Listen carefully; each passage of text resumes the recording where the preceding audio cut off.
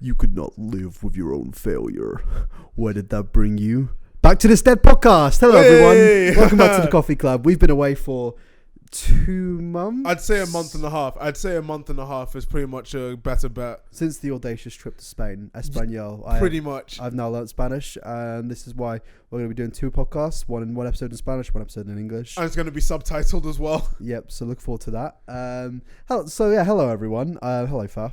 Hi, I'm very, very tired right now. Are you actually? I'm wide awake. I'm wide awake because I'm so stressed. Yeah, no, it's been a long day, a very, very long day. A long 2 weeks. Yeah, I'd say it's the longest 2 weeks of my life so far. People don't know it, but we're not stable. We're very stressed. We are. Our mental states are in the minuses at the moment. Please fucking kill. No. Okay. Let's get on to the topic of today. So we saw Avengers Endgame around a month ago now, and almost exactly a month ago. We've had time to recalibrate our thoughts.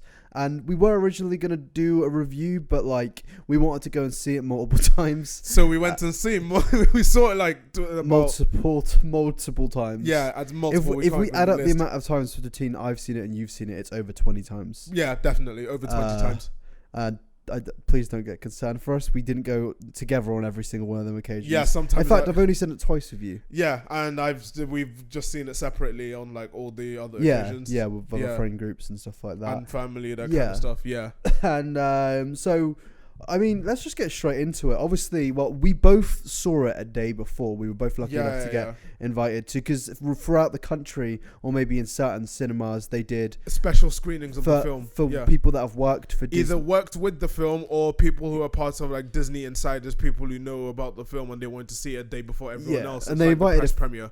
We weren't invited to the same premiere. I was invited in Leicester Square. I was invited to the one in the Picture House. Yeah, my one was more YouTubers got invited, and I guess some press were there and stuff. My ones, it was a mix between press and designers, pretty much. Yeah, that kind of stuff. I mean, I think I saw, who did I see there? Cal Farisi and stuff like that. Yeah. I saw a couple of tweets from that event as well. I thought it was a special premiere event. I was jealous until we went the next day, and I noticed the Cineworld was decorated and all of this Avengers stuff there. Yeah. We did get a little badge though. We got a little badge which I don't think nobody else got. I got a poster on the night though. Oh, so did we? Actually. Yeah. No, we didn't. We got posted the next day though. Yeah. So we're not talking about the film yet because it was a really weird experience because I've always been against the American culture of film, so I used to always find it cringe when people would be going mental. Yeah, and I was I've always been oh, that's so cringe, bro. That's so awful. Bro, you just posted cringe. Yeah, but it was we were in there, and I mean, I'm just going to jump straight into it. I'm just going to drop the biggest spoiler possible. And if you haven't seen it, it's your fault. It is your fault if you haven't seen it by now. I pity you. So the bit where Captain America picks up Thor's hammer. Yeah. Everyone in the cinema. It was as if someone scored a goal. No, legit. I'd already seen it the day before. And it just came out of me. Everyone cheered. Yeah, I'd seen it the day before, and I was there, and I saw it just levitating through the air. And then when he caught it, I was like, "Oh my god!" Yeah, James went mental. I saw him. So I looked at him, and he was like, "Oh!" He went, "Oh my god!" Like that. Everyone in the cinema stood up when it happened as well. It was crazy. It was really weird. It was because normally we talk down on American cinema culture. It's but now I went to see it in Stratford in the small cinema, and there were 6 people in there.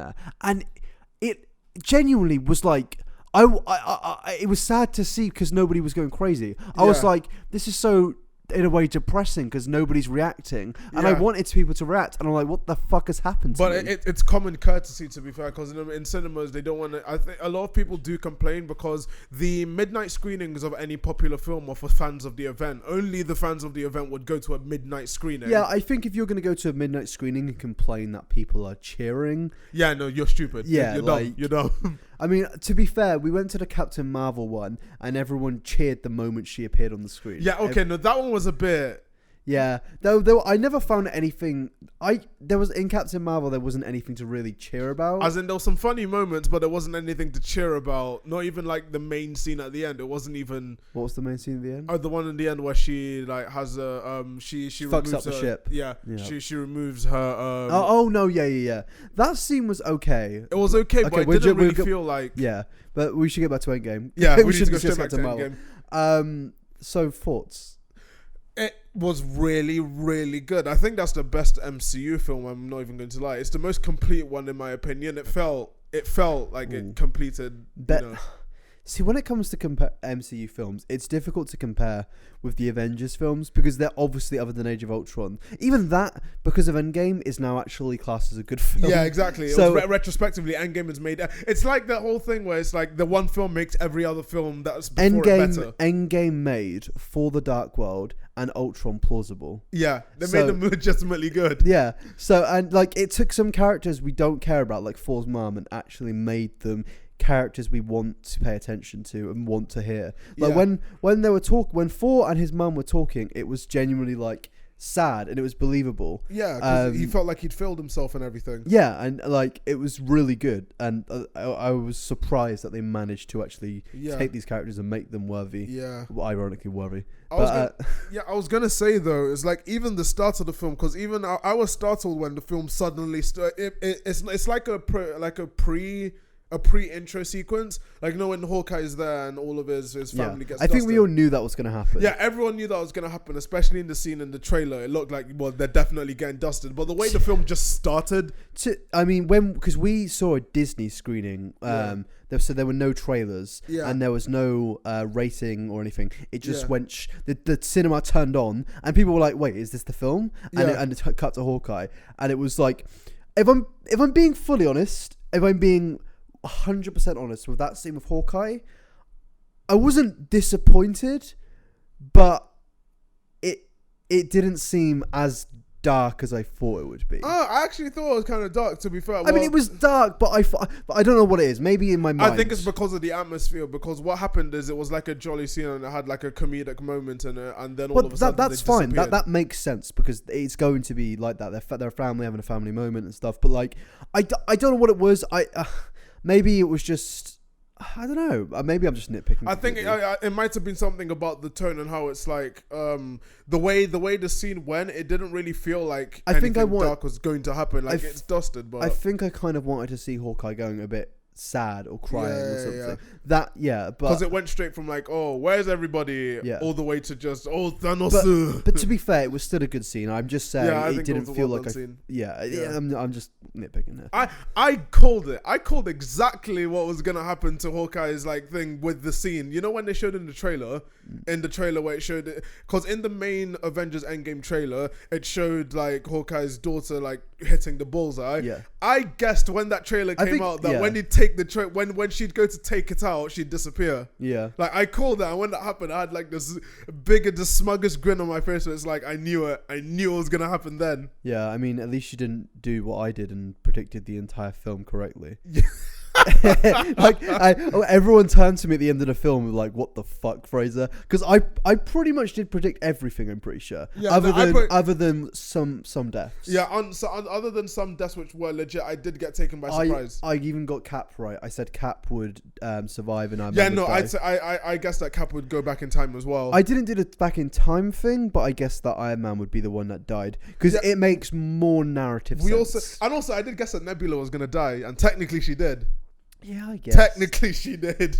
Yeah, I guess. I'd take that. I'm going to take that, to be fair. Yeah, I mean, there wasn't... So, to explain a brief summary of what happened is, it starts off with Hawkeye, and then it goes to the Avengers. Captain Marvel is there. They bring back Tony. They go to kill Thanos. Wait, before that, though, Tony, one thing I wanted to say was how well Disney made, Marvel made, Tony, look emaciated. Yeah, he looked emaciated and he looked like he hadn't eaten. Well, he hadn't eaten. Yeah, it was very convincing. But that was one of the best acting in the film. I mean, Robert Downey Jr. in this film was perfect. Yeah, it really was. Genuinely, was spot on. Before, it's a shame because, a film like Avengers isn't going to get any Oscars or even nominated. It might get Oscars like this for Endgame, because Endgame is it deserves a nomination at least, like achievement in film or something, like lifetime achievement. To be fair, Kevin Feige's won that award pretty much.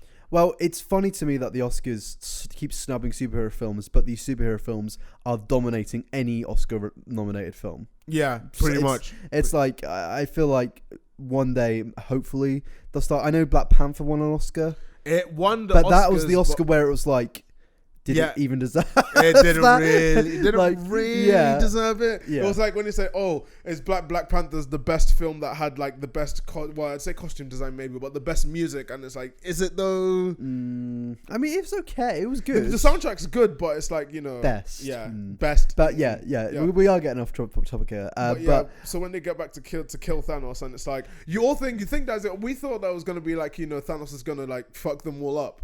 yeah, we did predict that. To be fair, that was Yeah. one thing I did get wrong. We thought in the first. I mean, technically, Psychologically, we maybe. were right. Yeah. We said somebody would die at the starting, didn't? Yeah, I we said did. that. We did. I said Yeah. somebody would die And at then the we were starting. like saying, And someone's definitely gonna die, It somehow turned out to be Thanos. which was really surprising because Did you even think they'd do that? I thought, because I was like, what is Thanos actually going to do now? Like, what is he going to do? Yeah. We were both like, what is he going to do? There's nothing he can do. And one of the things that the film did well was that, he destroyed the stones. Yeah. He destroyed the stones. It was like, I remember I had the suspicions because in the clip that they released before the film, Natasha says he used the stones again. I was like, Yeah. there's no way he could use the stones again without either destroying them or doing something else. Yeah. So Although I don't know if they meant to, but they can probably use this in the future. When they were like, Rocket was like, Earth is now the center of all cosmic energy in the universe. It's like, is that a way they're going to somehow get mutants and X-Men in? they're probably going to get the mutants. The cosmic energy goes into people, stuff like that. Because it goes from Earth, and it was the entire universe. We'll get onto the X-Men stuff after we've discussed Endgame. Yeah. But when they went for Thanos, I'm not even going to lie. I legitimately felt sorry for Thanos in that scene, regardless of what he did. He committed mass genocide, but I was like, oh, you mean he kind of felt bad? But I did like that he was going with the whole holy warrior thing. Yeah. Like, you could tell he knew he was like. He knew his numbers was up. It's something different. It's something they different in the comics, because in the comics, Thanos literally believes he's God at one point. Yeah. Whereas in this, it was more of a. He had a job to do. He did that job. Yeah. And it's like. I mean, Thanos in the film is better than Thanos in the comics. Yeah, by far. And I think everyone knows Thanos in the comics is pretty much a turbo incel. It's not wrong. He is a turbo incel. Yeah, he legit is.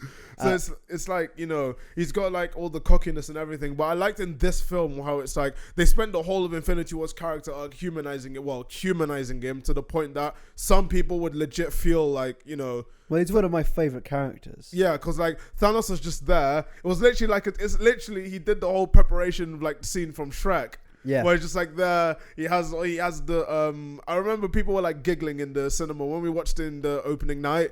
People were giggling in the cinema where they saw like Thanos like picking up the fruit and everything and cooking food. People were laughing when he was wearing clothes and shit. But when you really think, food. I did think to myself, someone turns to me and say, Thanos is wearing a shirt, and I'm like, well, what else would he wear? He doesn't wear armor constantly. Thanos has rights. He deserves clothes. It's like he will be there just like half naked and everything. He just like takes his armor off. He's just there half naked with like a robe around his waist. Yeah, I mean, no. Yeah. But it's like when he was cooking and everything, and then he looks, and then like Captain Marvel just like busts through the entire hut. I was like, I felt bad when they went to like hold him down and like chopped his arm off. And it's like, even like when Rocket was when Thor one thing I really liked about the intro when Thanos was saying what he needed to do. Yeah, Thanos said he couldn't care. Yeah. He couldn't care. He was literally trolling. He was trolling at that even point. when Thanos of 2014 saw him get his head cut off, he was like, and that is destiny. And fulfilled. he smiled. Yeah, and everyone else was like, like what? Yeah, but that's something a few people have complained about with Thanos. Yeah. Thanos of 2014, despite not doing the 4 years Thanos of 2019 did, felt the same Thanos. And I was like, at first, I agreed that's a bit weird. But also, you have to remember, Thanos has been fucking with the Earth since 2008. Yeah. And they've been repelling it. Yeah. So there's a reason he hates the Earth. He hated the Earth since, I guess, the first appearance of the Tesseract. Technically speaking, he hated the Earth since the event. Like Avengers was when he tried. Remember? Yeah. He sent Loki. Yeah. And it was like, he tried to do it, and then it was like, all right, he failed, let me do it. And then in Age of Ultron, he was like, everyone's failed, let me do it myself. Yeah. So yeah. it's like, although Thanos was planning it, but he never started it until Thor Ragnarok. He mobilized after Ragnarok because Odin was alive. He couldn't do anything because Odin was there. Odin was more powerful than Thanos. Technically speaking, though, it wasn't just because he went to Xandar. Remember, like way before the events of Thor Ragnarok, when he arrived, he'd already decimated Xandar. But he couldn't really mobilize as quick as he was because of Asgard. Because Asgard was around and Odin was alive, and they're protecting the realms. Yeah, exactly. So it's like Thanos couldn't do anything, and then Odin died, and Hela had like fucked everything up, and then you had that kind of stuff. My complaint about Thanos in that film, though, was that you need to think about the fact that Thanos' character development from the whole of Infinity War was kind of shot by the fact that it was back in time, and literally what they did in the film was they had Thanos watch the MCU. Yeah, they literally had Thanos sat down and watched the MCU. Like that must be really cool. Just there, like Thanos, they could have like deleted scenes of Thanos just watching scenes from the film, from the films and stuff. He just laughs at a really funny moment and just has a stony face, saying, "Oh, like you shouldn't have laughed at that one." It was literally him watching him destroy the universe and commit his own plan. Yeah. So he must have been thinking, well, now what? He watched a quarter. So technically speaking, for Thanos in Endgame, he watched a 1/4 of Guardians of the Galaxy. He watched Guardians of the Galaxy Volume 2. He watched what else did he watch? He watched Infinity War. Yeah. And then he must have seen other stuff from like Avengers or something. Because if you think about it, he watched it through Nebula's eyes. Yeah, yeah. And scanned Nebula's memory. So technically, he's only watched both Guardians of the Galaxy films. I mean, he watched some good fucking films then. Yeah, he watched some damn good films. He probably was the one. At least he didn't watch fucking Fall of the Dark World. Yeah, Nebula wasn't there at the time, so he couldn't have done it anyway. But so I don't have any complaints about Thanos. I thought, at the end of the day, people were like, "Oh, we need." I saw like some review guy was like the worst character.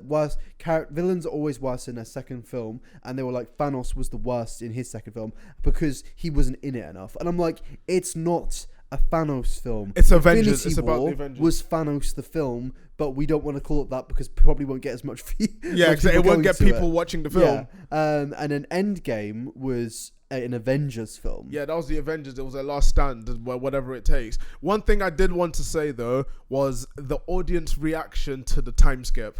The audience reaction to that time skip was so good because everyone when Thanos' head got cut off and everything by Thor, and everyone was like, "What did you do?" Or "I aimed for the head." Everyone laughed, right? But as he left, it cuts to black. Yeah, everyone was like, "Wait, nothing." Was that the film end? And it says 5. Everyone's like, okay. Then it says years, and then you hear everyone go, "Oh my god!" Yeah. The moment it says 5 years later, and everyone's like, when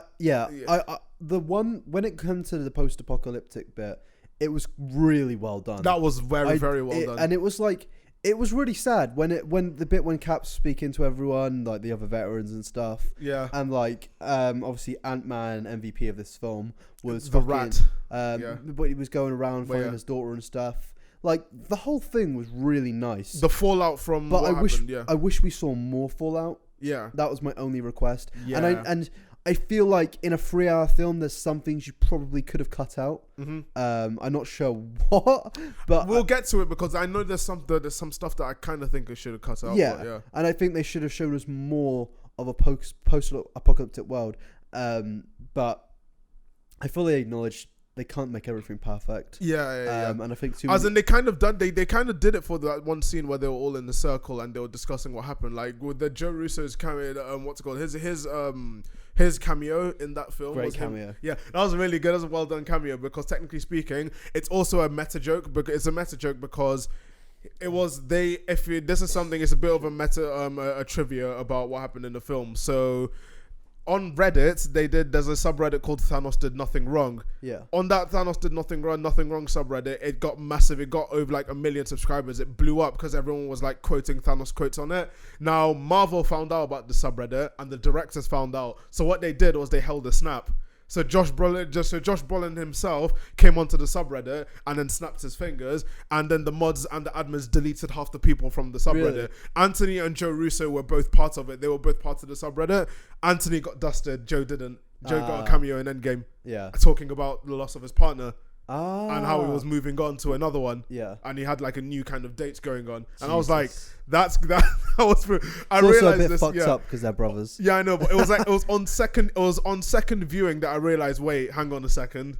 Yeah. There's a reason why they put him there, because there's not, he wouldn't put himself like gratuitously on there, because he technically speaking, he was another character He's been in it before. in Civil War. He And was that dead. He was helping Black yeah. Widow. Yeah, and he was that dead person in Civil War as well. Yeah. Yeah. But I felt like that scene where they were all all there. There was good cameos as well. So you had Joe Russo, then you had, I can't remember his name, but he's the guy who created Thanos originally in the comics as well.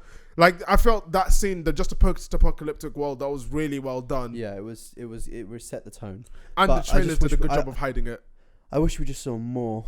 That's all I can really say. Yeah. But So now you've got the whole thing where Ant-Man comes back, and then he's in the because he finds his daughter. Yeah, finds his daughter, and it's like one thing that I know that's going to be introduced more is the fact that, you know, some people have aged 5 years, but some people haven't. That's going to be an interesting. That's thing. going to be a very interesting thing to do. Like, one thing I kind of wanted in Spider-Man was that, Aunt May. either Aunt May or like from Ned's reaction, you would have thought that Ned was like didn't get snaps. Yeah. And everything, but the way they saw each other and stuff. I mean, maybe it was a case of they just found out because you also have to remember the world, everyone's back, and I liked that they also added back half the birds as well, because the birds started chirping again. Yeah. But also, you have to remember the world is still fucking ruined. Like, there's destruction everywhere because of the looting. The government's went into fucking chaos. So I don't know if they're gonna. They should. They really should. How the world gets back into place, because you really have to think about it. If the world right now, half the population just left, disintegrated, the whole world would go into whole hell. world will go into like overdrive. Like, oh my god, everyone is gone. Everything would just go into hell, literally. Yeah. So they need, I guess, Spider-Man: Far From Home will explain a lot of that. It better because it's the last film. It's the epilogue. It better do. One thing we should talk about as well, because we talked about Ant-Man's introduction, and in Ant-Man's introduction you get introduced to another character, Professor Hulk, Professor Hulk is Hulk. I want to say Hulk and Ant-Man are the MVPs in this film, but I think Hulk's the MVP. No, Hulk and Ant-Man are like, you know. I thought Hulk and Ant-Man are the MVPs of the past 3 films. Wait, which ones? Ragnarok, Infinity War, and what's it called, and Endgame. Because technically speaking, they Hulk. No. Ant-Man wasn't in it, but Ant-Man was in the Quantum Realm at the time. But Hulk, and so Hulk was the MVP in Ragnarok, right? Yeah, for sure. In Infinity War, he did hold them off long enough for like Hulk to, you know, like they have to like figure something out, because Hulk got beaten by Thanos, right? Yeah. It showed how powerful he was. Like, Hulk, if Banner hadn't been sent by Heimdall to the Earth to warn everyone and tell them what's going on, then, you know, they'd all be kind of screwed. Yeah, true. I guess you don't think about that. But as an actual performance, Mark Ruffalo. Yeah, Mark Ruffalo. I slagged them off for his performance in Infinity War. Like, I slagged them off. I don't know why though, because I don't really think he could help it. It was more the script. I know, but because it felt like they made Mark Ruffalo, like, because, you know, in Age of Ultron, and arguably half of the first Avenger ones, that's like proper Bruce Banner genius. He created Ultron, and I know he didn't create. Hank Pym created Ultron, but it was a nice. It showed his genius. And also it's the fact that, you know, Bruce Banner is awkward himself. Like, it was the perfect mixture of awkward and genius as well. But then they gave back his genius in this film, and that's why I liked it so much. I know. Tony Stark perfected time travel, but he did do time travel. No, he did get time travel working. Hulk and Tony like worked together on the time travel thing, and that was fucking cool. Yeah, I love that Endgame actually showed that there's, like, you know, geniuses and stuff, like, because then Rocket is a genius as well. But he literally goes, "You're not a genius. You're only a genius on Earth, pal." Yeah, and it's like, it shows that they know that, you know, these people come from their own places of like genius, that kind of stuff.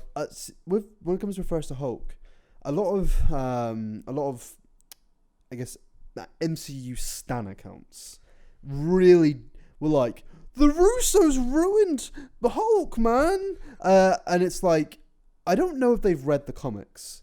Because Professor Hulk is in the comics. The comics are older than them. Yeah. They probably haven't. Yeah, I mean, to be fair, I full on believe 90% of the Marvel audience have not read a comic. Yeah. I honestly believe that because I'd say 80. I'd say 80. I didn't read a comic until last year. And also, comics are very hard to get anyway. You need to actually go to a store that does it. I just read them online. Yeah. But it's like, if you want to do it, because the art of comic book stores it is dying. I went to a cool fucking comic book store in Moscow, actually. And it was half English, half Russian. Yeah, really fucking cool. They had some classic comics in there. Nice. A lot of manga in there too. Yeah. As an in foils, they have all the comics as well. I was gonna buy you a copy of Watchmen and that kind of stuff. Really? Like for you, when it was the birthday, but I decided not to. But with Endgame, I like how Professor Hulk's in. One thing as well that I loved that Endgame did was that it was the perfect blend of comedy and just dark moments. I genuinely laughed at some of that. Like in Infinity War, it was like the sharp exhalation of the nose, like. Yeah. But like in Endgame, I was legit laughing at the whole scene with Professor Hulk. I don't think there's a really funny scene in Infinity War. I think there's not a funny scene in Infinity War. The comedy with the Guardians is the weakest it's been. Yeah. It was much more funny in the Guardians films, but that's mainly because it's not the Russo's characters. Yeah, exactly. So, and it's like Sorry. Yeah, no, I was gonna say like the comedy in Infinity War. It was mainly, I don't know if the Russos spoke to Waititi and James Gunn, because it seemed like it went from them being characters they had adopted from another person's franchise to they now know these characters. And I know there weren't many Guardians. There was only two Guardians in this film. Yeah, but they were perfect. Yeah. Rocket was great. Nebula was great. I think that's partly the reason why everything got split as well, because you do need to know that they need to write the interactions between all these Guardians and then the interactions between them and the Avengers, because you got Marcus and McFeely had like a mountain of a job to do. That's why they said in the production that they split everyone into factions. Yeah. They split everyone into mini factions, which made it easier for them to just like work together, that kind of stuff. I feel like, Endgame really nailed it with the comedy, because Ant-Man comedy was there as well. Yeah. Ant-Man, Paul Rudd really showed up in this film. They need to give Paul Rudd his perfect film. They need to give Paul Rudd so I think it was it might have been Brown Table or High Top Films, and they were like, Ant-Man deserves a Winter Soldier film. He deserves it. I don't know how you could give Ant-Man a Winter Soldier. Well, not a Winter Soldier film, but you can give him not a Winter Soldier film, but you can give him something. The problem with Ant-Man is because it's very gimmicky. The supportive material isn't there. And also it's kind of gimmicky to be fair, because Winter Soldier. So is Guardians. I know, but to be fair, Winter Soldier and Guardians are like, they're kind of grounded in some sort of stuff that's actually happened, and you can kind of explain it within the universe. You can't explain shit with pin particles. Yeah, like it's a common saying with it's a common saying with pin particles. You don't gotta explain shit. Yeah. They don't make sense, and that's why they need to get a very. I don't know if they can change the writers for Ant-Man. Is the same writers wrote both of them? Yeah, it was Peyton Reed who directed it, and the same writers as well. So I just think that now, because Paul Rudd just had a fucking great film. Yeah. And I think people sleep on the Ant-Man franchise. I like both Ant-Man films. I like the first Ant-Man, and the second one was like, when I watched Ant-Man and the Wasp, I thought, because I've watched videos on it where they're being like, this is shit, this is dumb. I didn't think it was bad. No, I thought it was serviceable for the first film. It's just that people had I wouldn't even say high expectations. People were on the adrenaline high from Infinity War. It was unfortunately the film that came after Infinity War. Yeah. So it's like, Yeah, for sure. And it was Ant-Man as well. So, because with Spider-Man, you've got direct consequences, but Ant-Man and the Wasp is set at the same time. It's a prequel. Yeah, so it's like before Infinity War and ends right on the same time. Yeah. So it would make it really awkward for them to go back on it and go like, oh wait, Ant-Man, this is after the snap. Ant-Man survived, Did you know Ant-Man survived? Yeah. It's like that kind of stuff.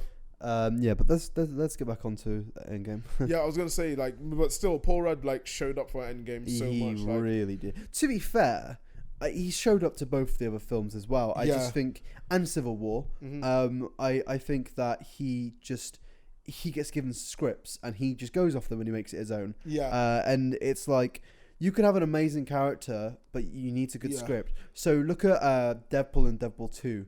amazing character and a fantastic script. Yeah. Like, But I know, but the script, and also I wouldn't even say it's down to the script. A lot of it was ad-libbing. you reckon? Yeah, no, he said himself a lot. It's the same with Iron Man. Iron Man, half the film wasn't even scripted. Yeah, I mean, the original wasn't I Am Iron Man his own line. His yeah, own line. Yeah, no, that's cool. I mean, even Spider-Man in Infinity War, that was not scripted. Or was that a rumor? I think that's a rumor. There's stuff that's scripted and stuff that's not scripted, but everything is scripted up to an extent. Like they don't exactly copy from the script. They'll make it like a theatre production. I think if you go fully by the script, it's gonna be like it's like a theatre production. You're gonna be like, yeah, if you it's the same with a YouTube video. If you're like doing a face cam and you're doing a fully scripted face cam, it's gonna look a bit weird. It's gonna look like a performance. Yeah, exactly. Because that's why I was like, I watched. This is very, very, very unrelated, but for now. But the old Romeo and Juliet film with Leonardo DiCaprio, that was directly from the Shakespeare script, like the Shakespeare and it's script. Weird. And it's really weird. I remember watching it, and it's like it doesn't feel natural. It's almost uncomfortable. Yeah, it really is uncomfortable. You can only see that kind of stuff in theaters. So that's why in like films like Avengers, you can only make a character your own if you are ad-libbing. Yeah, pretty much. Or you pretty much, because it's your own, you know, it's your own kind of ideas you're bringing. Like Chris Pratt as well, like he brought so many ideas to the table for his own character for Star-Lord. So and as did Deadpool. Yeah, Ryan Reynolds. As much as he's quite close to the comic book character, he also brought so much more to it. You've seen what happens when directors tell characters what they can and can't do. Yeah, Deadpool 2009. In X-Men Origins, it's just a key example of that. Yeah, but we are. But I was gonna say, like, with wait. Whose decision was that actually to change Deadpool into this weird character that didn't speak and was just a weird fucker that was no longer meta? Whose decision was that? It was the writer of Game of fucking Thrones. Fuck off, Game of Thrones, you D&D. fucking shit show. D&D, Bravo, David. We're gonna get onto Game of Thrones. Yeah, we are going to get into Game of Thrones by the last episode. Yeah, next episode we will. Yeah, next episode is Game of Thrones, so you're gonna enjoy that kind of stuff. But with angry me with Endgame though, the problem that I not problem, but I'd say with the time travel stuff that they all organized. One scene that I felt was one of my favorites. I would say it's kind of underrated, but it's the scene where they go to New Asgard for the first time, Rocket and Hulk. Yes, I love that scene so much. Finally, even though you see it for like a second, and it's a village, I liked it. It was like I really liked Asgard, it. That's cool. I didn't realize this until I rewatched Ragnarok the other day. When Odin says this could be Asgard, it's Asgard now. That's Asgard now. It's fucking Asgard. And I was like, that's so cool. Yeah, and it's finally Ragnarok started it. Do not know why they didn't do it in 4.2 and 4.1. They're finally going by Nordic things. Yeah. Like it actually seems to be taking like inspiration from like so in 4 Ragnarok when they're in Norway. Or Denmark. Is Norway, isn't it? Yeah, I think it's Norway, but it's like a very shitty green screen. No, that was recorded. It was a green screen. Really? Yeah, it was. It looks pretty good. The original. No, trust me, it looked quite. We watched it in cinemas. It looked quite bad. They originally shot it on New York on a street, and Taika Waititi had to change it. What? I didn't know that. I didn't know it. So yeah, if you're a film student, I'm not. Well, yeah, no, it's because like in the first trailer, like it's like since it is related to Endgame, but in the first trailer for Ragnarok, Odin was originally going to be dying on the street and that kind of stuff, which led to Thor getting a grudge on Loki. Taika Waititi realized this very early on, and that's stupid. Yeah, because it was like Loki did banish Odin and left him to New York. That's why they had the scene in New York where they met Doctor Strange. Because they shot that, I think they reshot that when Doctor Strange came out. Thank That's God. why it makes so much more sense. Yeah, and it's now. I don't know if they meant it. They probably didn't. But now it's even better because what he said, this could be Asgard. Yeah, and it followed the Nordic sort of style of Nordic gods and stuff. And it was really well done. As in, also one pleasant surprise and something, because she's not in the posters for any of the films and she's not been shown in any of the trailers. But when Valkyrie suddenly said, "You shouldn't have come here," and she's there, and you're like, "Hey!" Everyone is sitting. I was like, "Oh, yeah." Everyone was like, "Hey, it's Valkyrie," and that kind of stuff. Valkyrie's and even like cool. Hulk was like, "Hey," and then because like the first interaction as well, because you realize just how weird the whole world is when it's like it's a talking raccoon. And you see Valkyrie's face is like, fuck, it's Yeah. talking raccoon, that kind of stuff. Yeah. And then when they see Thor for the first time, Hmm. and he's a fat slob, And nobody actually predicted that at all. No one did. You can't really predict. you can't predict it. Even when I remember when the leaks Even came. you were like, Yeah, when the leaks came out and people were saying, "Oh, and Thor's overweight and everything," everyone was like, "BS! Why they Why make Thor overweight?" yeah, because it sounds weird, but Disney have a policy of every single actor has to be extremely fit and looking physically good. Or like And- athletic. Yeah, Like, yeah. but I also think good looks are a selling point. Yeah. So No shit. Chris Hemsworth is like a gorgeous man. He is. So I feel like that is like visually more And appealing. also, it's more appealing because if you look at the posters and everything, you wouldn't want fat Thor on the Endgame posters. He's not in any of them. as much people get offended by that, I think everyone would much prefer Infinity War Chris Hemsworth. That's With what that people. That's what slick people. haircut. That's what people came. Like the trailers had scenes that weren't. Well, even in there. nobody does come to a Avengers film for looks. But what I'm trying to say here, without upsetting people, is that I feel like people much prefer Chris Hemsworth from Infinity War in terms of looks to Chris Hemsworth in Endgame. You also do say that as well, but unrelated. There's a reason why Aquaman also grossed $1 billion, and Jason Momoa was part of that reason. What? Because he's He's like the Chris Hemsworth of the DC universe. He's so fucking like good looking and funny and Yeah. and he's in like and looks, the and whether hemisphere. people like it or not, And looks do sell. Yeah. But like when he showed up fat, I remember the whole cinema being, oh Yeah. my god. But let's get on to they that. went there. Let's get on to that. Fortnite. Yeah, Fortnite, but we'll get onto that as well. Yeah. So Thor is a character that is in Endgame that has definitely split the fan. Not even split. I'd say like 10% of the fan base didn't like it. Yeah. And I thought Thor was one of the best characters in. I thought it was the best character. One, as in there were one comedic scene that I felt went on for too long, but apart from that, it was was that perfect. when he was explaining it? Yeah, but I'd say not even that. I'd say the explanation part and maybe the For the Infinity Stones. Yeah. All right. So my take on Thor is people were saying that so obviously Thor has lost everything. He's lost. Asgard has not been halved. Asgard has been put Quartered. to 25% because half of Asgard was destroyed originally, killed. They're not coming back. Yeah. And it's still like that. Half of Asgard is still gone. And then that half for the new lot Got disintegrated. Got disintegrated. No, but if you think about it, he's had a very horrible few years. So first, his mother dies, right? Then his father dies, And his right? brother. Then his brother dies. Then the whole planet blows up. Then the Asgardians get killed. All his best friends dead. All his best friends die. Half the Asgardians get killed by Thanos.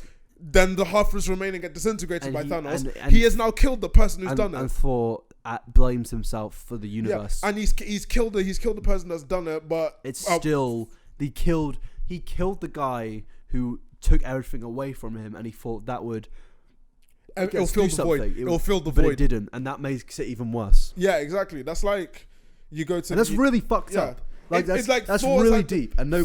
As in, they're making him the comedic relief as well. That was really good on Taika Waititi to make him that comedic relief so that people can ease into it. People were like, "Oh, well, why is it meant to be funny? He's depressed. He's suffering from mental health issues, PTSD." But what people don't fucking get is that a lot of people with mental health issues deal Comedy with is their a coping problems mechanism. with comedy. Yeah. And that not just mental health, even with like actual illness. Yeah. When my mum had cancer, she dealt with it with comedy. Yeah. Like she laughed and self-deprecation. Yeah. And you also have to think this is 5 years after. So at this point, he is an alcoholic, and he's pushing away issues with comedy. He's laughing things off, but you can tell the comedy you can tell he's pushing off because when Thanos gets mentioned, it goes dark. Everyone drops and it goes. There's no jokes. Because you can tell it's hurting him and he's using these jokes to push aside things. And that is what people do. Not everyone, but people do that shit. And the people are like, but why is he fat? because he's an alcoholic. He drinks he's a loads. fucking alcoholic. He's You think he's eating gonna loads. say? You think he's going to be doing like He's got no pumping iron. he's got no reason to. He's got no reason to. Like he even said like, he comes out once a month just to get beer. In 4, 1 and 2, his motivation was 4, 1, he had to win back his father. 4, 2, what's 4, 2 again? The Dark Elves. Yeah, the Dark Elves, Loki. He had a reason to fight. He was the Prince of Asgard. He's no longer the Prince of Asgard because there is no fucking Asgard. There's no Asgard. Other than, quarter of Asgard. Yeah. And half his family are dead. He no longer sees himself as king as Asgard. Yeah. One thing I did feel was kind of a bit weird in the cinema though. Remember when we watched the opening night and they said like, and Thor went saying, "Don't say that name," like don't say Thanos, and people were kind of laughing because the way he said it. I was like, it's a bit. Yeah, he wasn't meant to be comedic. It wasn't meant to be dark. That was not meant to be. He comedic, looked like guys. he was gonna cry. He was crying. It was like borderline about to cry. Well, he did cry in the film. Yeah, he did. He was like, Yeah. And it's people were saying I just don't get how people were saying they destroyed him, because they were also like, oh, they've made him weaker as well. No. When he was overweight and he was an alcoholic, but he still managed to summon thunder. He still managed to take I can't pronounce it. Mjolnir. Mjolnir. I can't pronounce it. The Mjolnir. hammer. He still managed. He was still worthy, and that was a really good deep Very message. good moment. I remember in the cinema when everyone saw the hammer coming and it was like, hey, he's got the hammer. He was like, I'm still worthy, and it was like a really good thing of saying, even when you're at your darkest moment, you're depressed. And also his mother gave him that pep talk, and then he went to test if he was worthy after all this time because he never tried. He was still worthy. There was a moment of where it was taking a while. I was like, oh God, don't say he's not worthy, because that would have been shit. If they made Thor not worthy, it would have been like, wow, that's really bad. And like, they gave his worthiness to Cap. Yeah. But no, it was great. It was just like saying, when you're in your darkest moment, you're still who you are. And there was also his acting was fantastic. Oh, God, when his acting, you could his see, acting. he looks visibly excited and happy. Yeah. Like when the hammer comes to him, which is so cool. It is such a good moment. Yeah. Like I think with that whole time traveling segment, I feel like it could be put into his own film as well. And The time travel had so many emotions. Like I was gonna go like, should we just go from each of the time travel like segments in general? So you've got 2012, you got New York 2012. So that's the events of the first Avengers. So cool, so fucking cool. You finally see it because in Doctor Strange, the Sanctum's in New York, right? Yeah. And then the number one question everyone was asking was, where the hell were the sorcerers during the battle in New York? And they were fighting. And they were fighting. You see the Ancient One completely obliterating ships Yeah. with just one tiny disc. And you're like, Yeah. wow. And you're like, it's finally got the Ancient One, like, you know, they're representing. It was cool to see the Ancient One again. Yeah, exactly. It's called Sierra again as well. It's Good really, actor, really great good. actor. And you had Wasn't she the bad guy in Chronicles of Narnia? She was the Ice Queen, wasn't she? Yeah, she was. She was. Oh yeah. Good It's film. Tilda Swinton. She's the bad guy. I actually like that film. She fought against Captain America in Snowpiercer. It's Really? like, it's a Korean film that she was in. Carry on. Anyways, I was about to say, but I feel like the whole New York segment, like when they teleported in, they redid the spinning around scene from the first Avengers film, like, you know, the one where they're all circling around the camera circle shot, and they all teleported in, and then the Hulk just comes in, and just like completely busts up a car. And also, he's still strong and he can still jump really high, which is great. Like he is still the Hulk. Is he less muscly though? He's less muscly. Okay. Yeah, he's less like thing, because the actual Hulk is literally like, you know, it's pure rage. It's pure rage. He mixed them both together. But I think what they're gonna do is he may actually get angry in like whatever film he's next in, because he signed a new contract, hasn't he, Mark Ruffalo? Him and Chris Hemsworth both signed new contracts apparently. I read that Ruffalo has signed a new contract. Ruffalo has, yes. Yeah, and Hemsworth has too. And also Kevin Feige did say in the AMA that he's open for avenues in the Hulk in the future. Yeah, so I think there's going to be a scene where he does get big, because Hulk gets bigger with anger, and they haven't actually done that in the MCU yet. I'm pretty sure they haven't shown him get bigger. Yeah, because in Hulk 2003 he gets bigger. Yeah. So I think they will eventually do that. Yeah, they might do that. The one problem was the Russos saying that his arm is permanently damaged, but somebody could come and fix it. Yeah, that makes no sense, because permanent and someone could fix it. That's not permanent. Someone could fix it. Who's it going to be? Who's it going to be? Oh no! To be honest, They could have. I think they could have fixed it easily if they had the time stone. Remember, if they used the time stone, I don't think that would work. Healed Because Thanos. surely Thanos would have cleaned his injuries and He then did. destroyed the stones. He did. Did he? He did. If you look very closely as he teleports away in Infinity War, it heals the big fucking wound on his chest. Oh, Yeah. It goes like that. Then. Like it's like great. No, it has like a green glow effect on his chest. Oh, okay. Yeah, Well, like that- he used it to heal himself. Yeah. That's why I was like, you could have done one more. They still had all the stones. Could have done one more thing to, Yeah. like He'll get his arm back if they make Hulk disabled. I mean, okay, we have a disabled activist in the MCU. Great. Yes, disable. I'd rather it not be Hulk though. Just Yeah. I mean, we have legless fucking Rhodes. yeah. Yeah, He was fucking good in this film. he was. Oh, the most underrated They're making line. they're making all the underrated characters good. So- Ant-Man, fucking even Falcon when he came in. Yeah, was and cool. some but underrated line when Rhodes suggested they go back in time to kill baby Thanos. Yeah. That is like, I remember, but the only reason why I laughed really hard for that one because it reminded me of the scene in Deadpool 2 where he gets to time travel, he goes back in time to kill baby Hitler. Yeah. And he's about to asphyxiate him. And I was like, oh my God. And I remember it's because a day before I went to watch Endgame, there was a YouTube video recommended about Thanos' baby years. Really? Yeah. It wasn't recommended and I looked at the thumbnail, I was like, oh my God. They did do I that scene of when they're talking about the rules of time travel, it was almost like they were saying, now you fucking film YouTubers can't make these fucking videos about the It's plot like, holes in this film. Yeah, like shut up about the plot holes. We've just explained it for you. We've spelt out for you since you're fucking idiots. Even if it still makes not much sense. We've spelt it out for you. It's the word of God. Do not question the word of God. This is the Marvel time travel universe. I mean, to be fair, it has always been like that in the comics. Yeah. The multiverse does exist in the Yeah. comics. And And now it's going to exist, maybe. Yeah, it's going to exist again. If maybe? Mysterio isn't lying. Yeah, but I think it's bullshitting. That's another But it's story like for another day. the whole thing in New York where Tony Ant-Man and Cap go into the events of the first Avengers film at the very end. And I really like all the callbacks and everything because those are all reshot scenes. They all came back to reshoot all of those scenes, like Natasha giving the guys at Hydra the scepter, and then you got Hulk. Like they reshot the scenes of Hulk asking him to take the stairs. That was hilarious. Yeah. Like, and then you had the ones where It's sad that Ragnarok Hulk didn't, because they kind of retconned Avengers 1 Hulk because he could talk in this one. He could talk. Yeah, he could talk. It was like, take the stairs. Yeah. Like, no stairs. And everyone used to think that Hulk. He did say puny god in Avengers 1 though. Oh, did he? Remember when he smashed up Loki and then he said puny god? But Yeah. everyone used to think, even I used to think, that MCU Hulk was only Hulk when he was like in fight mode. But it shows that he could stay as the Hulk for the whole time, which is cool. But yeah, carry on. But it was like, I like all the callbacks, like the Hulk going back asking, like, taking the stairs, and then the elevator. Cap gets in that elevator. Oh yeah, everyone in the cinema were like, "Oh my God, they're gonna do it! Everyone wanted a fight scene, but it was, I think, the Hell Hydra line made up for the no fight scene. Yeah, no, literally. When it's at Hill Hydra, everyone was like, you cheeky devil, you cheeky devil. And then he just comes out with the suitcase as well. And then the fight between Cap and Cap.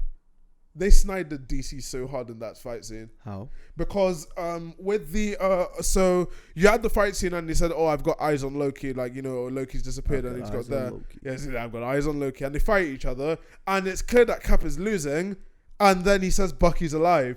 Like, it's the whole Martha thing all over again. Oh yeah. They pulled the Martha thing, but that's how to do it right. Yeah. That's how to do it right because because it actually makes sense. it makes sense because he's like, no one else knows about Bucky. No one knows about Bucky apart from himself. Like, Loki wouldn't know. So of course he'd be surprised for a split second saying what, and he uses that to like knock him out. I also like the fact where the guys, when Cap's saying I can do this all day, and then the present Cap was like, I know. Yeah, that line's been done so many times. And also the whole thing about in Age of Ultron, how the first word in the entire script is Tony saying shit.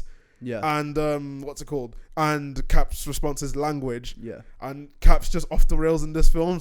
Like, it starts with him saying like, "Oh, let's go get the son of a bitch," and then when he sees Cap, he's just like, "Well, you gotta be shitting me." I'm like, wow. Yeah. Like, wow, he's off the rails now. It's Character like, development. character development pretty much. I really like the way that they, like, they dealt with, Cap in this film as well. Like, Cap himself as a character.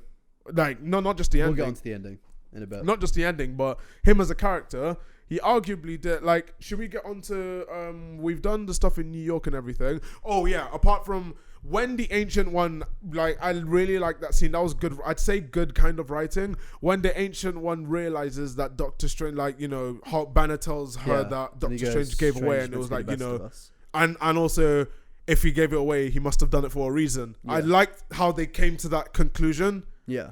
Because it's like the Ancient One knows all of this kind of stuff, and even said, you're 5 years too early. Like, you're 5 years there. So it's like, it was really well written the way the Ancient One realized that, maybe she made a mistake. Yeah. And that was that, and said that, oh, I'm counting on you to survive and everything. I really like the way that they did that kind of stuff there. Yeah. And also, once the way Loki escaped from all their clutches, I really love that, because that leads into the Loki series. Yeah, does that mean Loki's going to be in another universe? Yes. No, he's in the same one. The Space Stone doesn't do universe travel. No, but I'm saying, because Loki in that timeline that they're in, then escapes. He's now screwed over that continuity. Yeah, so what happened? Because he's now alive, but is he alive in an ulterior universe, or is he alive in the current Marvel universe? Because Cap came back in the ending. So surely the same logic applies to Loki? No, okay. I can explain this one. So Loki escaped in 2012 with the Tesseract, with the Space Stone. He is now gone. He went to a different planet. He's fucked off, right? Cap went to go return the Space Stone. He went to return it to 1973.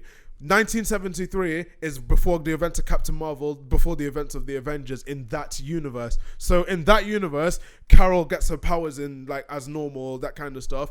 But it leads onto the 2012 Avengers, where the Space Stone gets into the hands of Loki, who disappears. Okay. So that universe of Loki is now free, like, pretty much. So Loki is alive. Loki isn't alive in that universe. MCU. No, not in the current MCU. In another universe. In that universe.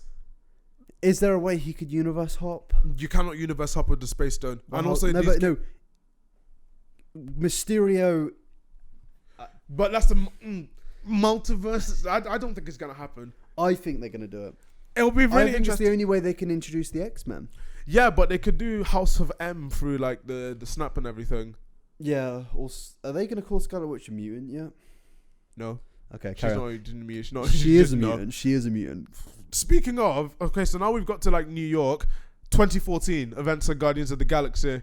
Yeah, that was cool. I found it so fun. Well, people make memes and jokes about how Nebula's like, the Benetars now going to Vormir. Yeah. Like, Nebula's going to know, like, Yeah, but Nebula didn't know that that's what she was sacrificed. Yeah, Nebula didn't know that's what it took to get the Soul Stone. She thought he just killed her. Yeah, he thought that, Thanos, like, Gamora beat the shit out of Thanos, and then, like, Thanos in return just, like, killed her, that kind of stuff. That's why every time, like, that's why Nebula never says, like, oh, sacrifice. When they said they had to go to Vormir, everyone was like, oh no. Everyone's like, oh dear. Someone's dying now. And also the fact that they were there and they were like, it's a long way from Budapest, and they were like laughing with each other.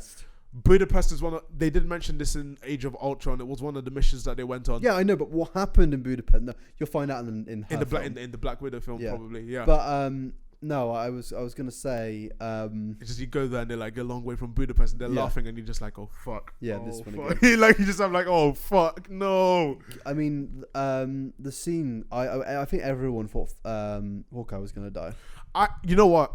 I'm gonna say you've now brought me to that scene. That scene was one I actually kind of didn't like about the film. I liked the sacrifice, but I didn't like the build up, because Natasha's big moment after saying she's had all the family and everything, while it was a sacrifice for the greater good of the whole universe, her biggest moment in Endgame is literally her fighting over who's going to kill themselves between her and Hawkeye. I don't know why. That's just like a horrid way to go for her. But it's also in a weird way, realistic way. It's realistic because it's like it's like a thing of like, not everything is a fairy tale. And you're like a small, I think it's the first time in MCU history they've killed a character brutally Without- who's the main character Who's the main character? without actually having a glorified death. People like saying how she deserved better, and yeah, she did. She did. But in a storytelling perspective, as somebody Fuck who them loves kids. Game of Thrones season Yeah. 1 to 4, it was cool that they did a cold-blooded death. Literally, fuck I don't them know, kids. Gamora had that Yeah. death, Yeah. but it was a bit more brutal when it was two friends fighting over it. Yeah, because it's like, who's gonna do it? And it was like, let's race to jump off. I don't know why I found it kind of funny when he was going to sprint off. I was like, And everyone thought it should have been Hawkeye, but like, it's the reality that they actually are going, I guess, a bit more dark in the last two films. yeah. Well, they had to, and also it was because like Hawkeye did what he did. Turning into the DC universe. Yeah. Oh, it's so dark. It's turning into the DC universe. It's like when they sacrificed themselves, and it was like the realization that she's gone now, and everyone's like, oh no, that kind of stuff. I really, really liked how they did the whole thing. Like they revisited scenes from Guardians of the Galaxy, like Chris Pratt, like singing really badly and everything, and just getting knocked out. Found that really funny. And then they come back. And it's always that trope. You know that trope where it's a clone. What? And the clone, they fooled, Wait, what are you talking about? Nebula coming back. What, 2014 Nebula? 2014 Nebula coming to present to bring Thanos back. Yeah. And it's like that kind of trope where it's like, it's the cloned characters that they don't suspect a thing, and they turn out to be the snakes. They turn out to betray everyone. It was. Do you not think that's like a little reference to the Skrulls?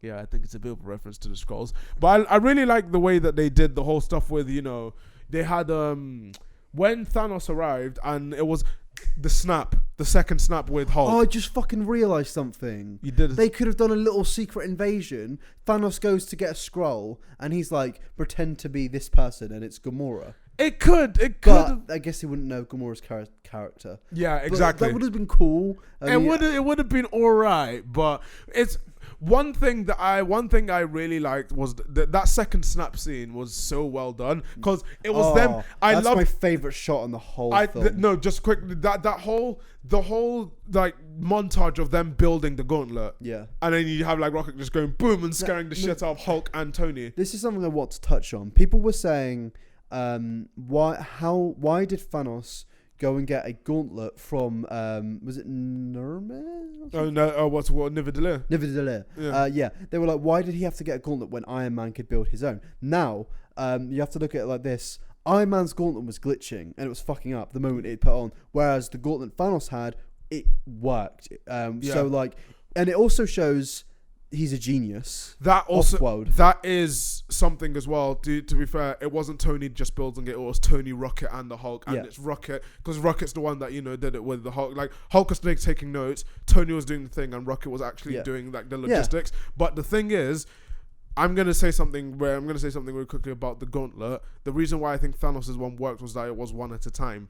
And remember, he was pained while he added each of the stones. And when he put when he put that last one on, he had like the whole thing, but it was just one stone added to the collection. But it never, this one was all 5 of them. But it never like glitched. It was never like it wasn't really glitching. That was the power of the stones, and that's like. But I'm saying it could hold the power completely. Yeah, because there wasn't sparks. It was the dwarves. The sparks were coming out of Thanos' chest and stuff. Yeah, it was going into him. Whereas but the gauntlet was clearly like not handling it too well. Yeah, because it was not. It's not like the dwarves that are doing it, like Stormbreaker. But it was like a half-bit version, and it still works. And it still works. Yeah, like they did the snap, and I loved the way that whole segment of like the build up to the snap. That was so well done. And when you just see in the corner the missile coming through, is that a reference to Iron Man 2? 3, sorry. Yes. That scene was straight. I realized I was like, this is such an Iron Man 3 scene, because I remember when it was like it played out exactly the same way. So it's dead silent. Yeah, if people don't know what we're talking about, Iron Man 3, they're in Iron Man's base, his house, and then it's dead silent, and the missiles just coming towards it, and then multiple missiles, bang, bang, bang, and then Iron Man like rescues like Pepper and puts her in a suit to fly away. Then Iron Man flies away and everything, and then gets damaged. I think that's what it was. There were a lot of past films references in this. Yeah, and with when it goes through and all that kind of stuff happened, and then they see Thanos, I really like how Thanos just sat and waited. Yeah, it was. It was like he was just there, just like it was like a mixtape cover. It was like And then Thor summons lightning, which is fucking dope. That was cool as well. He found out he was still worthy, and he looked like a Viking. He like did. Braided beard and everything. The that was so Nordic cool. Sort of vibe going on. The Nordic, cause Thor, like Nordic it is. That was Thor 1. Yeah, like not just Thor 1. That was better. That's Thor.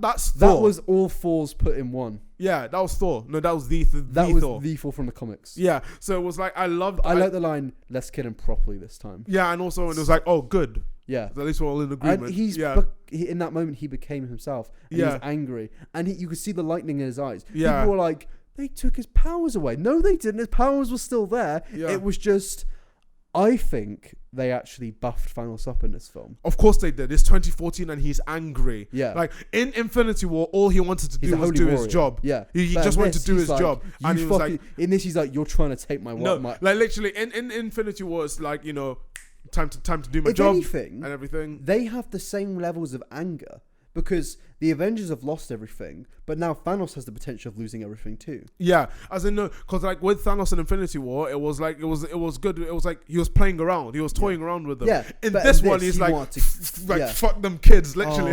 It was I'm so happy they made him strong. Because he fucked up all 3 of them. Yeah, and it was like, and he even I know he used an Infinity Stone, but he did still fuck up Captain Marvel. Yeah, and I'm just glad that they actually had that in there because it actually. Finally, in 2 films, Captain Marvel actually had something go wrong for her. Just one moment. And I mean, that was what I was glad to see. 2 things go wrong for her, to be fair. Because people be like, wait, do you hate Captain Marvel? No. Characters need to lose. And also, to be fair, Captain Marvel did get 2 things like go badly for her in the same film. What? Because the bus thing. Yeah. Yeah. That was what a fucking throw from Thanos, to be fair. Oh, great throw. What a throw. But I'm saying, like, every fucking character we all love has something that's been taken away from them, you know? Yeah. Like, especially, look at Captain America and Iron Man, you know? Yeah. Like, they've had so many things to deal with. And Iron Man is more mental health, and Cap is more physical things. Yeah. But we've gone through the entire film, and now we have to get to that one, that scene. The portals. The portals sorry. open. Oh yeah. So yeah, and it's like Cap on his own. I'm gonna say, as in, I'm not one to like cry in films, but I legit felt, I felt a lump in my throat when it started. When like it's before the portal came through, and it cuts to that wide shot of him. That flashback to fucking Lord of the Rings. That will be on desktop backgrounds for years to come. That'll be one. They did that deliberately. They always do that kind of stuff deliberately.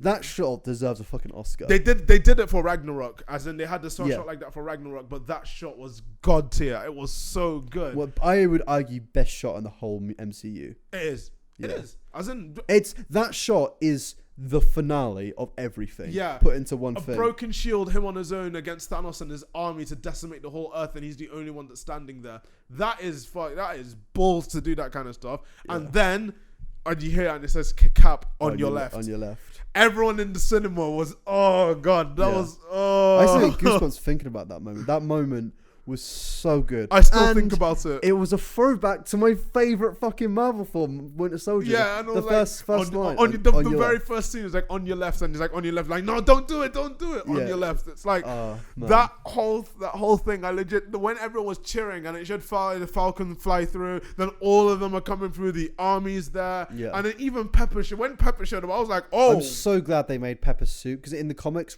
it's called Rescue. Yeah, Rescue, and it doesn't have weapons, but they gave it some big fucking. No, but like when they appeared, I was like, oh my god, and everyone was like, yeah, and then when there was so much fan service, and I loved that. In the last 15 minutes, it was literally, and then when Cap says Avengers and has the hammer and says assemble. How boring do you have to be to not enjoy that scene? Yeah, no. You sit on Twitter and be like, oh my god, there's so much fan service. They made Cap say Avengers Assemble. Like, who cares? Who cares? That was so good. I remember seeing that, and it was like, every time I see that kind of stuff, I think it's that and the music as well, where everyone comes back and you're like, I was literally just there, just being dead silent, like, fuck, wow. I was floored. They somehow beat Thor's entrance to Wakanda. My heart was pumping so much throughout the entire thing. And also, it was the argument, the problem with the Battle of Wakanda, people were like, it's a boring army. The army in this were cool. There And was it was- so much variety. And yeah, because you had the sorcerer, you had the sorcerer and the sorcerer supreme. You had the Asgardians, you had the Wakandans, The and children, you the Thanos were even back. had, yeah, and you had the what's it called, the Ravagers. Yeah. From Guardians. So they were there, futuristic weapons, and also everyone was asking what was Spider-Man swinging on. It was Black Panther's. It was Ships. well, yeah, his ship. Black Panther would, Spider-Man And then was actually swinging on something. Ant-Man goes giant and punches a fucking worm in the. Oh, my it's so God. good. That I remember I was literally, I felt like, because there's all these people saying, oh, cringe compilation, this and that. That was like me. I felt like a kid. I felt like a kid watching that scene. This film definitely was like I was there just like, oh my God. This was the first time watching an MCU film. I felt like a kid. I felt like I was watching Iron Man for the first time. Yeah, I felt like I was watching Iron Man. Because when I first as well. saw Iron Man, I was 10. Yeah. 8. 11. I was 11. Yeah. So, and I remember seeing that film with my dad, and that was one of the worst years of our lives because terrible. Yeah. But that film was like a bright spark of that year because Yeah. it was so good. Yeah. So like that's like, and to And feel to like have that again. Go back, yeah. And it was like when it all started and they ran towards each other, and then when Ant-Man punched and everyone was like, yeah. And then when what's it called?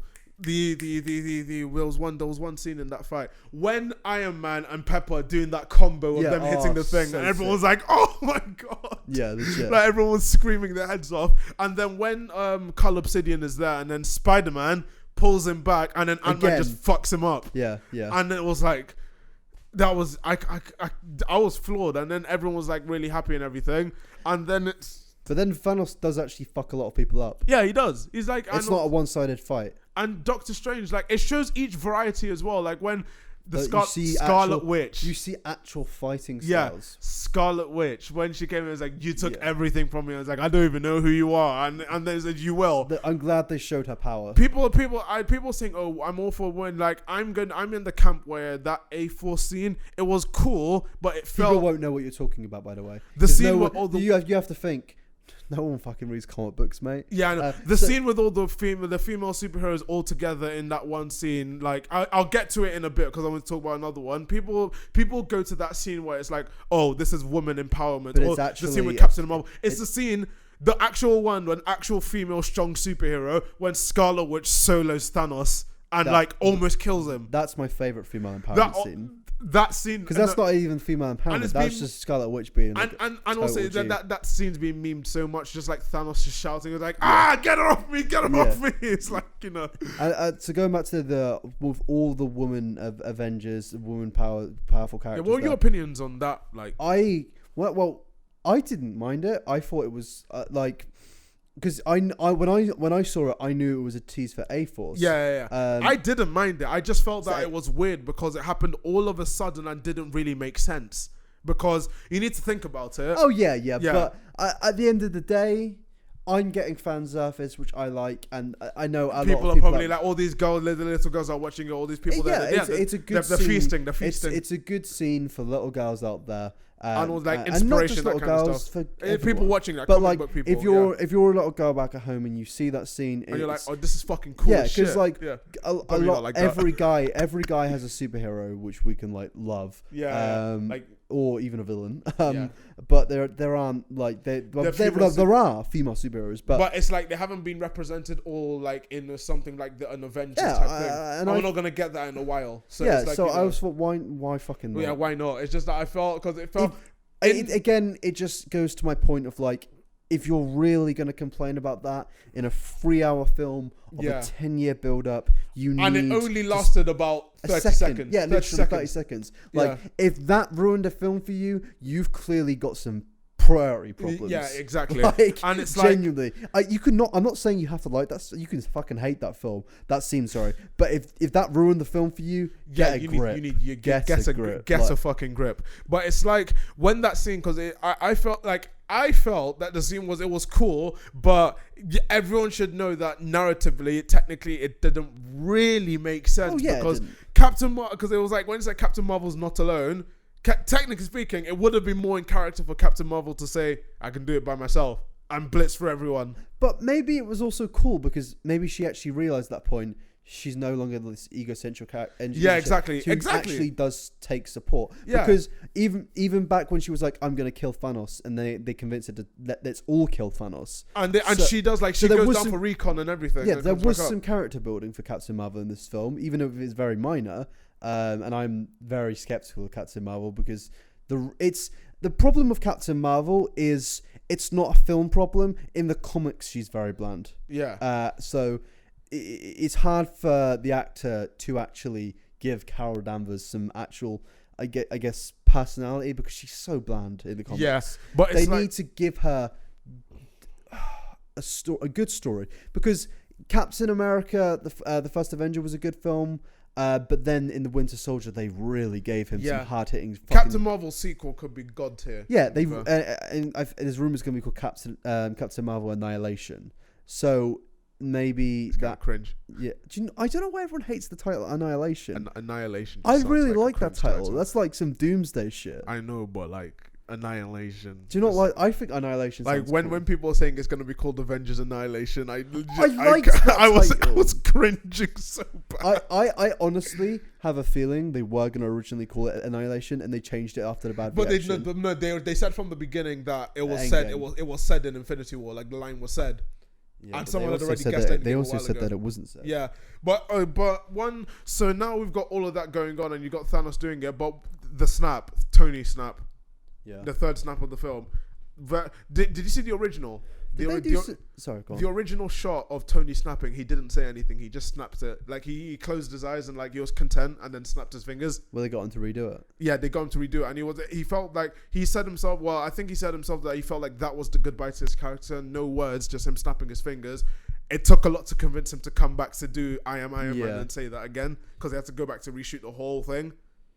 And I felt that scene was well done. Like I saw the VFX company was talking about the damage that they had to do. Like the damage they had to do to Tony. Like if you look very closely when he has the gauntlet in his hand, you can see that the is it nanites? Yeah, the nanites in his suit are trying to catch up, but they can't. Yeah, they're disintegrating as well. Like his suit's disintegrating, and he's trying to catch up. And he just snaps his fingers.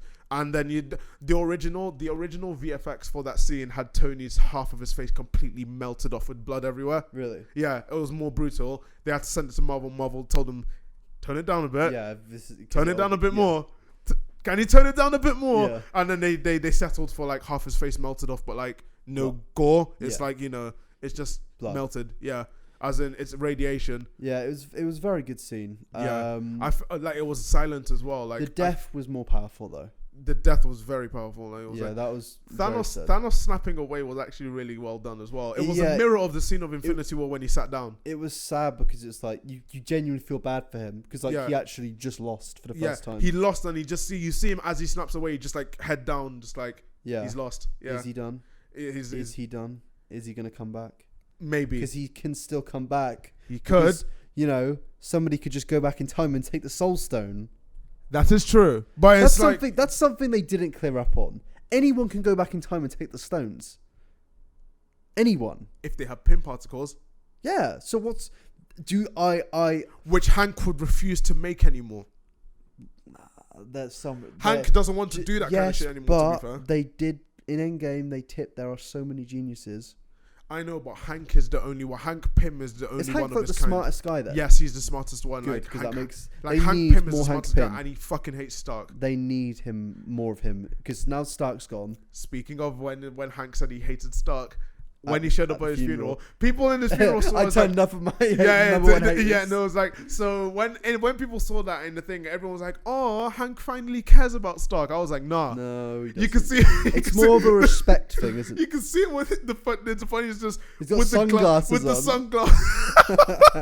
It showed up to his big. You know that photo of that dude in the suit where he's like, "I turned up my number one hater's funeral." I showed up to my number one hater's funeral to make sure that nigga was dead.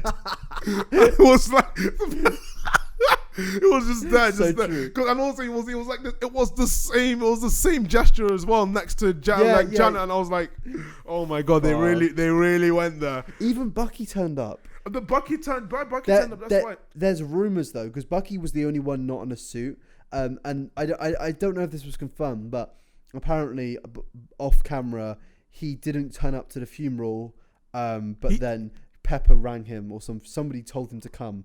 And he just had to turn up within like 30 minutes or something. I don't know if that was a confirmed thing. I'm going to say the headcanon, and I think one of the most plausible ones is because you do realize that Tony did try to fucking kill him. No, that's the thing. So like people were saying that he got rung to turn up because he thought he wouldn't want to come, so he just turned up and he didn't have a suit in time. I thought he turned up because Cap was going to go back in time immediately after the funeral, and they had the conversation already. I don't know. We'll never know. Cap really, was there, and to be fair, they'd reconciled, so, and now that Bucky's back, you can catch up on everything after the funeral, because it wasn't immediately after. Yeah. And it was like, I felt that, Happy, I feel sorry for Happy the most, actually.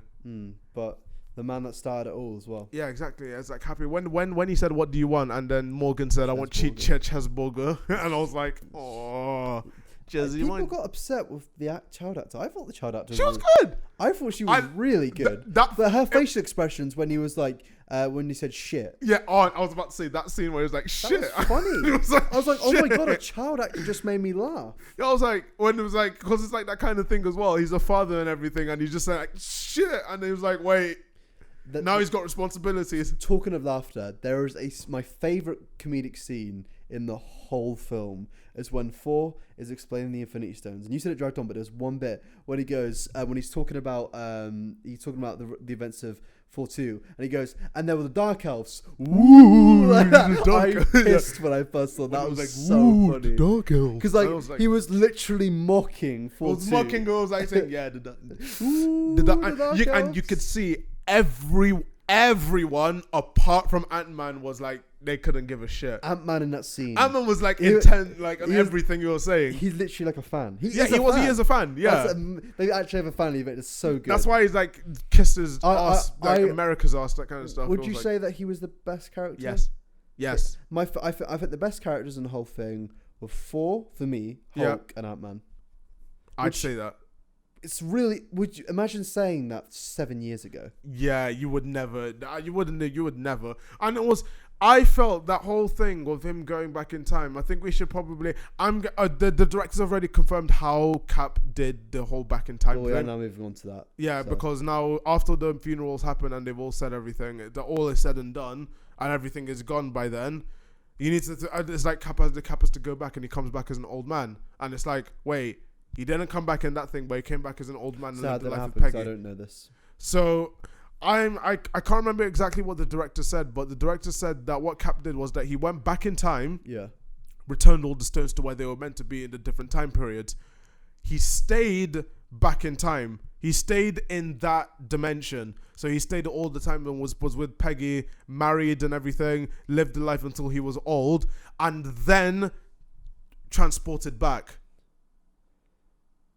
At the end, like when he was old, he transported back to another, but then he's stuck. He's not stuck because remember they can time travel to they can set a date and a place on the thing that they had. So you can use the quantum realm to universe hop. Yes, that's what he did.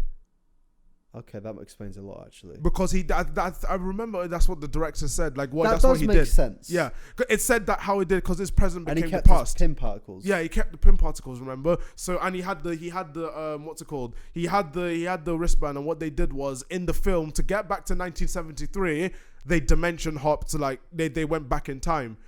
Hulk had already done like he's meant to come back now.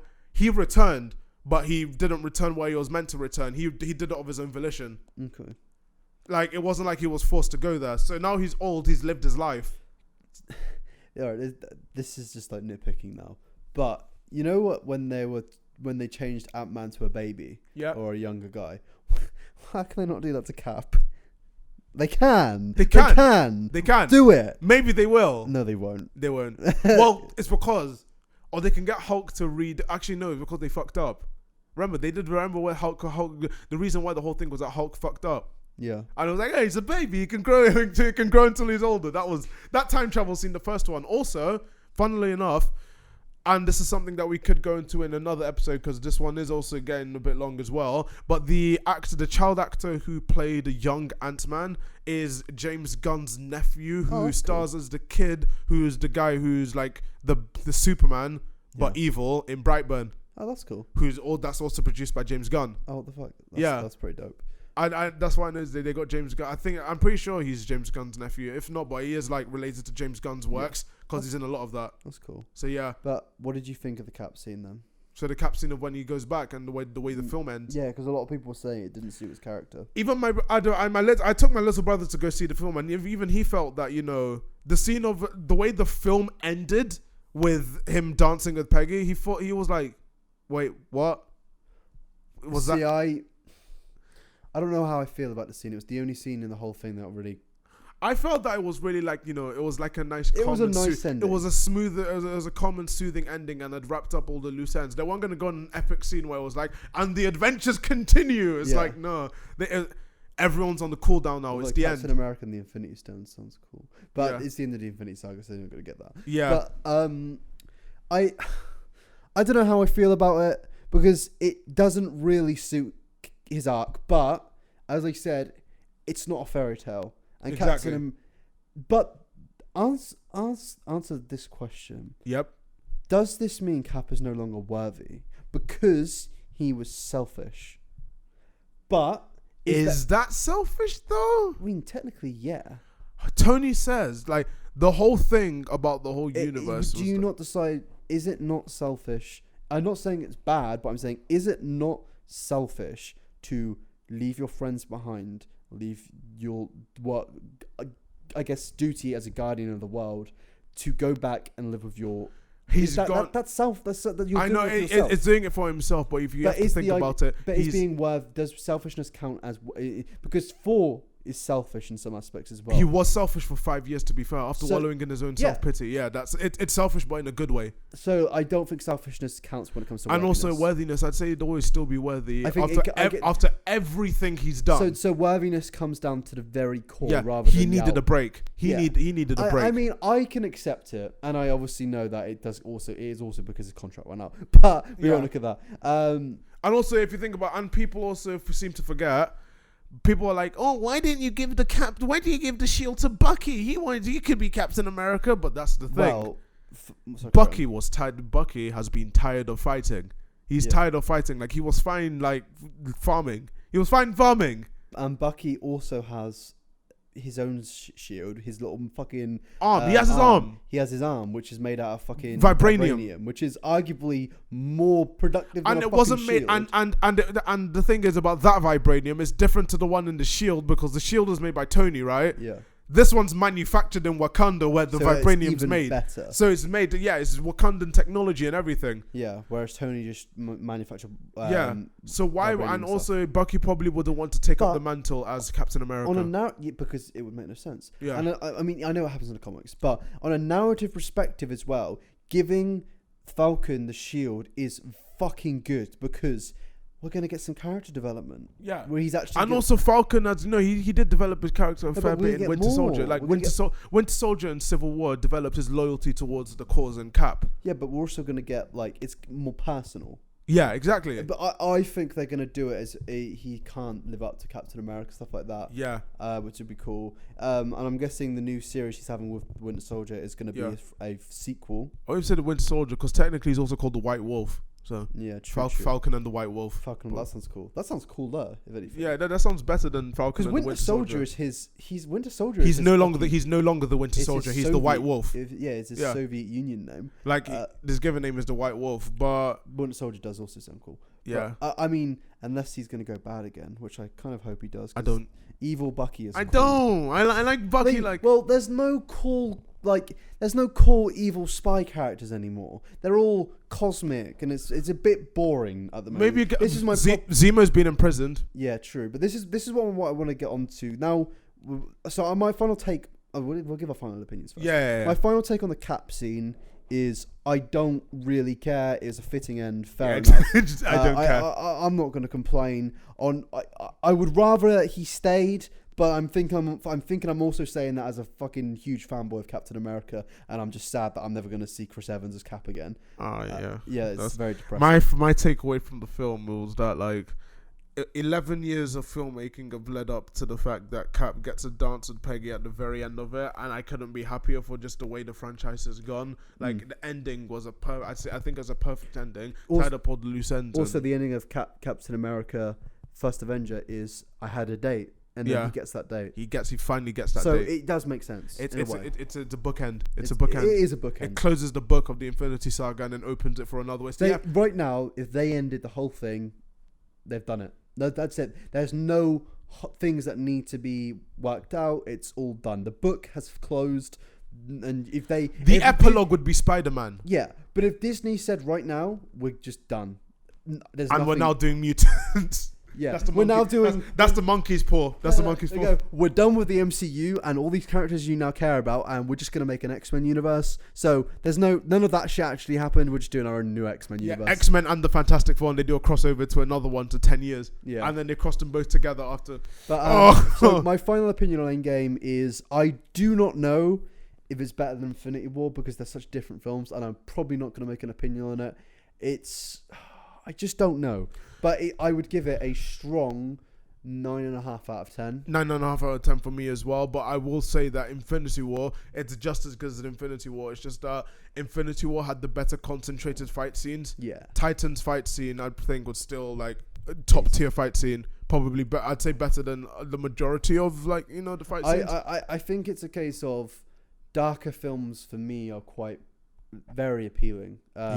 So I feel like Infinity War as a spectacle, it has the bigger moments are better than Endgame's, but Endgame is consistently better. Yeah. So Endgame is consistently good in every single bit, whereas Infinity War has some slow moments. And some big moments like Thanos throwing the moon.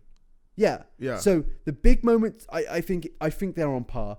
That's what I'm going to say. They are both on par with each other. Infinity War has better moments which went in the bigger parts, but mind you, I guess Endgame does have that big battle scene. Yep, it does. But then there are also there's about 4 big moments in Infinity War and about 2 in Endgame. Yeah. So I'm just gonna say they're balanced. Endgame, as all things should Endgame as a film is more entertaining and more rewatchable. It is.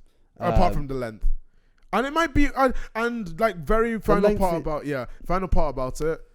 I think it does deserve the mantle to be like the highest grossing film of all time.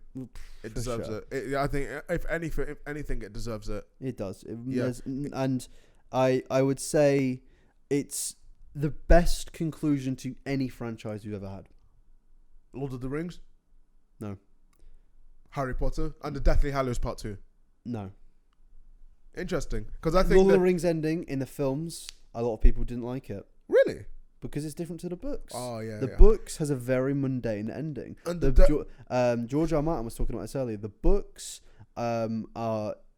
So Frodo gets his victory, Sam gets his victory, but they go back to the Shire, and Saruman is fucking raging on the Shire. He's destroying it because Saruman isn't dead in the books.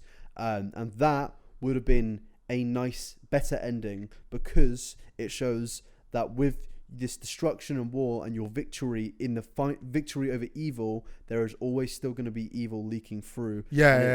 But whereas in Lord of the Rings, I think who runs Lord of the Rings? Who owns the franchise? Warner Bros. Yeah, and they're pretty sure. I was watching a documentary film thing about it, and Warner Bros said to them, "You need to give it a happy ending." Yeah, and that's why I prefer. Don't get me wrong, I still like the ending, but I prefer Endgames because Endgame, Iron Man dies. And Cap goes back. It's bittersweet. Spoilers. It's bittersweet. Harry Potter's ending. I've never liked Harry Potter's ending. I've never liked the ending. And I felt like it ended, and it was like you know me. I am. You're a sucker for Harry Potter. I am a sucker for that film. I have read the books. I've read the franchise 5 times in the last year.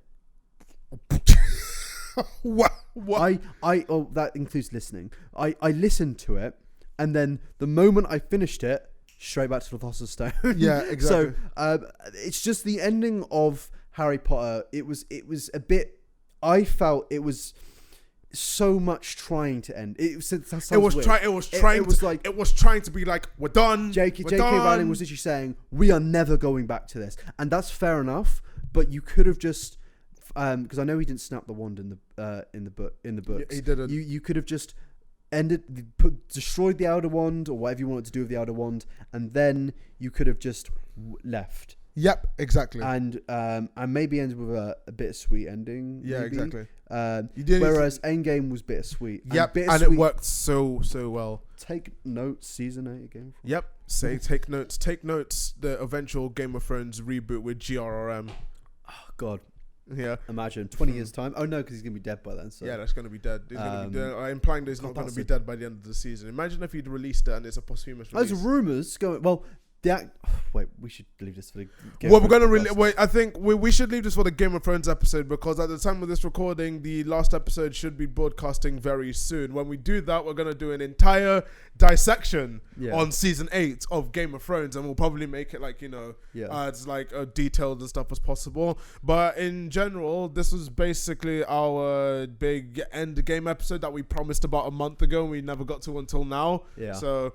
How frequent are we going to be doing these kind of podcasts then? Because I think if we got a good setup now, back to his normal schedule. Yeah, back to a normal schedule. We probably spent an hour or fucking 2 hours trying to fucking set up the recording. Yeah, we would have recorded another one, but we spent about 2 hours. It was a nightmare setting this up. For some reason, the recording software, James Marritt's PC is shit. Yeah, your PC is shit, James. Yeah.